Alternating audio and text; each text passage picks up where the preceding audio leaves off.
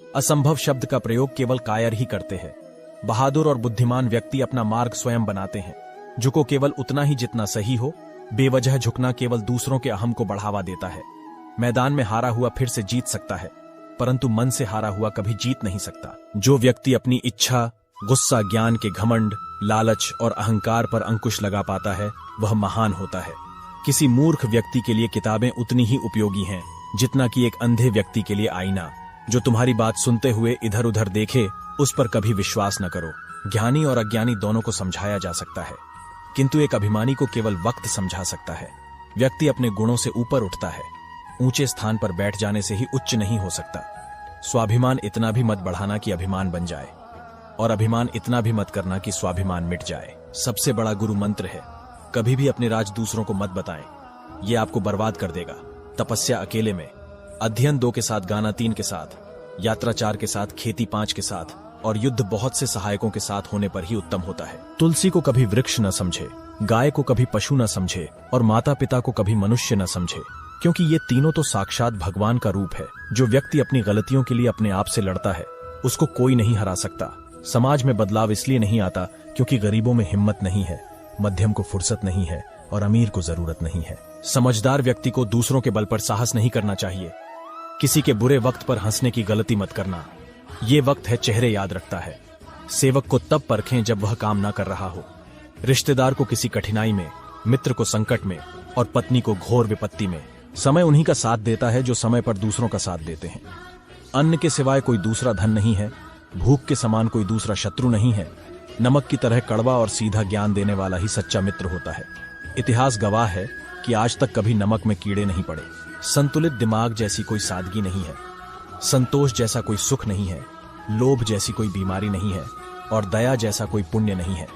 संबंध इसलिए नहीं सुलझ पाते क्योंकि लोग दूसरों की बातों में आकर अपनों से उलझ जाते हैं। सत्य की भूख सबको है, लेकिन जब सत्य परोसा जाता है तो बहुत कम लोगों को ही इसका स्वाद अच्छा लगता है। सबसे बड़ा गुरु ठोकर है। खाते जाओगे, सीखते जाओगे। शुक्र है कि मौत सबको आती है, वरना अमीर लोग तो इस बात का मजाक उड़ाते कि गरीब था इसलिए मर गया। समय का ज्ञान न रखने वाले राजा का कर्म समय के द्वारा ही नष्ट हो जाता है। जिंदगी की रेस में जो लोग आपको दौड़कर नहीं हरा पाते हैं, वही आपको तोड़कर हराने की कोशिश करते हैं। आज के समय में इंसान बढ़ते जा रहे हैं और उनके अंदर की इंसानियत खत्म होती जा रही है। ईश्वर ने आपको इंसान बनाया है ताकि इंसानियत हमेशा जिंदी रहे। अगर किसी को दुख में देखकर आप उसकी मदद करने जाते हैं तो आप में अभी इंसानियत जिंदा है। हम विश्वास को इंसानियत मानते थे, पर वे मतलबी लोग तो सिर्फ अपने मतलब को ही जानते थे। क्या है धर्म, क्या है शास्त्र? इंसानियत ही है सबसे बड़ा ब्रह्मास्त्र। कोई मजहब बुरा नहीं होता, बुरे लोग होते हैं। जानवर इंसान नहीं बनता कभी, लेकिन इंसान जानवर जरूर बनते हैं। भगवान दुनिया का सबसे बड़ा लेखक है और इंसानियत सबसे बड़ी किताब। कितनी अजीब बात है, इंसान के पास घर, पैसा, जायदाद सब है, पर इंसानियत नहीं है। चाहे लाख डिग्रियां हो तुम्हारे पास, अगर तुझमें इंसानियत ही नहीं तो किसी काम की डिग्री भी नहीं। किसी के साथ बुरा हो रहा हो और आप कुछ ना कहो तो इंसानियत में आप गूंगे हो। ना किसी पत्थर पर आस है, ना किसी भगवान की तलाश है। इंसान हूं और मुझे इंसानियत पर ही विश्वास है। खुला बाजार, ये कैसा यहां धर्म है? बिकता मजहब भी है। बिकता पर जाने क्यों कहीं भी इंसानियत वाला इंसान नहीं दिखता। जो व्यक्ति अमीर होते हुए भी जरूरतमंद को देने के लिए जेब से पैसा नहीं निकालता है, वो इंसानियत में गरीब होता है। हम खुद से खुदा को जुदा करते हैं, इंसान होकर इंसानियत से दगा करते हैं। बनाओ जिंदगी को जीने का मकसद नेक इंसानियत हो, एक चाहे मजहब हो, अनेक जब हो। इंसानियत और मजहब की मुलाकात, ना कोई मतभेद हो, ना कोई तकरार। बड़े शहर की इंसानियत का आज एक नया रूप देखा। कुत्ते से इंसान और इंसान से कुत्ते जैसा होता सलूक देखा। अपनी इंसानियत की हिफाजत जान से बढ़कर कीजिए, क्योंकि इसे जिंदगी के बाद भी याद किया जाता है। न हिंदू, न सिख, ईसाई, न हम मुसलमान हैं। हम केवल इंसान हैं। मानवता धर्म है हमारा, मानवता पहचान और मानवता ही ईमान है। चढ़ती हैं चादरें मजार पर बेशुमार, मजार के बाहर एक फकीर ठंड से मर गया। वाह रे इंसान, ये कैसी इंसानियत है तेरी। शैतान भी देख हैरान है। दुनिया में हैवानियत की कमी नहीं और इंसानियत जमी नहीं। कैसा है ये जहां पूरी दुनिया जिसकी है उसे भोग चढ़ाने जाते हैं, मगर बाहर खड़े भूखे को नजरअंदाज कराते हैं। वाह रे इंसान, कैसा है यह जहां पूरी दुनिया जिसकी है उसे भोग चढ़ाने जाते हैं, मगर बाहर खड़े भूखे को नजरअंदाज कराते हैं। वाह रे इंसान, खोकर सादगी अपनी लोग रंगीनियत सजाए बैठे हैं। इश्क तो करते हैं इंसानों से, बस इंसानियत भुलाए बैठे हैं। कहां गई इंसान की इंसानियत? लाश को हाथ लगाता है तो नहाता है, पर बेजुबान जीव को मार करके खाता है। ना बुरा किसी का करो, ना बुरा कभी देखो। आज तुम किसी के लिए बोलोगे तो कल दूसरे तुम्हारी तरफ से लड़ेंगे। तुम सबकी खामियां बताते हो, खुद की खूबी तो बताना। तुम इंसानियत की बात करते हो, कहीं इंसान दिखे तो बताना। तोड़िए साहिब, तोड़ना आसान है, दिल हमारा कांच का सामान है। हिंदू मुस्लिम सिख ईसाई सब मिले बस लापता, आज इंसानियत वाला इंसान है। देश का माहौल ब्लड बैंक जैसा होना चाहिए, ना कोई जात ना कोई धर्म, बस इंसान और इंसानियत। सफलता पाने के लिए निरंतर मेहनत की जरूरत होती है और अच्छा समाज बनाने के लिए इंसानियत की जरूरत होती है, किसी धर्म या जाति की नहीं। आज के समय में इंसान बढ़ते जा रहे हैं और उनके अंदर की इंसानियत खत्म होती जा रही है। वाह कृष्ण जी, आपकी लीला अपरंपार है। जहां लोग मानते हैं ताकत को, वहां आप चतुराई से करते वार है। कौन तुम्हें मार सकता है? आत्मा न पैदा होती है ना ही मरती है, यह सिर्फ शरीर का त्याग करती है। मनुष्य या कोई भी जीव अपने भाग्य का निर्माता खुद होता है। जो जैसा कर्म करता है उसका वैसा ही भाग्य बन जाता है। यदि जिस किसी ने भी जन्म लिया है उसका मृत्यु निश्चित है, इसे टाला नहीं जा सकता है। और जिसकी मृत्यु हुआ है उसका जन्म लेना भी निश्चित है।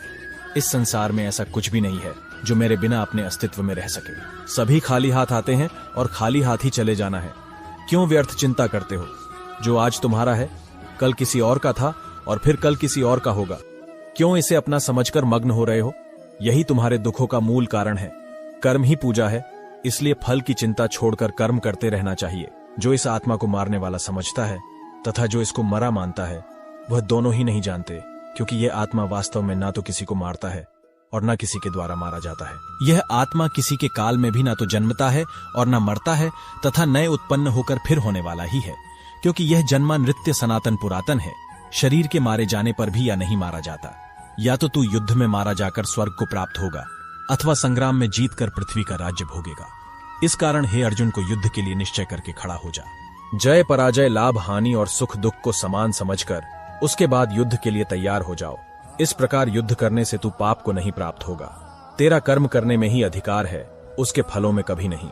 इसलिए तू कर्मों के फल का हेतु मत हो तथा तेरी कर्म ना करने में भी आसक्ति ना हो। वह सुख जो लंबे अभ्यास से आता है, जो दुख के अंत की ओर ले जाता है, जो पहले जहर की तरह है लेकिन अंत में अमृत के समान है, इस तरह का सुख अपने मन की शांति से उत्पन्न होता है।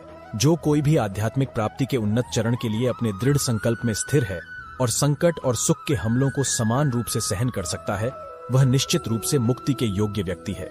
भगवान की शांति उनके साथ है जिनके मन और आत्मा में सामंजस्य है, जो इच्छा और क्रोध से मुक्त हैं, जो अपनी आत्मा को जानते हैं। अपने सभी कार्यों को भगवान पर केंद्रित मन के साथ करें, आसक्ति का त्याग करें और सफलता और असफलता को समान दृष्टि से देखें। अध्यात्म का अर्थ है संभाव सुख और संकट की अस्थायी उपस्थिति और समय के साथ उनका गायब होना, सर्दी और गर्मी के मौसम की उपस्थिति और गायब होने की तरह है। वे इंद्रिय बोध से उत्पन्न होते हैं और किसी को परेशान किए बिना। उन्हें सहन करना सीखना चाहिए। वह आदमी जो मुझे हर चीज में देखता है, वह जो एकता में निहित है, एहसास है कि मैं हूं हर प्राणी में। जहां कहीं भी वह जाता है वह मुझ में रहता है। जब वह सभी को समान रूप से देखता है, दुख में या खुशी में, क्योंकि वे अपने जैसे हैं, वह आदमी योग में सिद्ध हो गया है। वह सभी चमकदार वस्तुओं में प्रकाश का स्रोत है। वह पदार्थ के अंधकार से परे है और अव्यक्त है। वह ज्ञान है, वह ज्ञान का विषय है और वह ज्ञान का लक्ष्य है। वह सबके हृदय में विराजमान है। मैं प्रत्येक ग्रह में प्रवेश करता हूं और मेरी ऊर्जा से वे कक्षा में रहते हैं। मैं चंद्रमा बन जाता हूं और इस प्रकार सभी सब्जियों को जीवन का रस प्रदान करता हूं। यह प्रकृति है जो सभी आंदोलन का कारण बनती है। अहंकार से मोहित मूर्ख उस धारणा को आश्रय देता है जो कहती है कि मैंने किया। प्रकृति द्वारा निर्धारित कर्तव्यों का पालन करते हुए व्यक्ति ने कोई पाप नहीं किया। स्वार्थी कार्य दुनिया को कैद करते हैं। व्यक्तिगत लाभ के बारे में सोचे बिना निस्वार्थ भाव से कार्य करें। अपने आप को छोड़ दें तो मन व्यक्तित्व के वही पुराने आदतन पैटर्न को दोहराता चला जाता है। हालांकि मन को प्रशिक्षित करके कोई भी कदम उठाना सीख सकता है और सोचने के पुराने तरीकों को बदल सकता है। यही योग का केंद्रीय सिद्धांत है।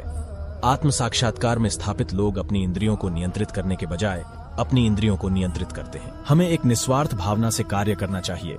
कृष्ण कहते हैं, अहंकार भागीदारी के बिना और इस बात में उलझे बिना कि क्या चीजें हमारे इच्छित तरीके से काम करती हैं, तभी हम कर्म के भयानक जाल में नहीं पड़ेंगे। हम अपने कर्तव्यों से दूर रहकर कर्म से बचने की आशा नहीं कर सकते। संसार में जीवित रहने के लिए भी हमें कर्म करना चाहिए। कुछ लोग ध्यान के माध्यम से बुद्धि से हृदय में भगवान को समझते हैं, दूसरों को ज्ञान योग द्वारा। और अन्य काम के योग से।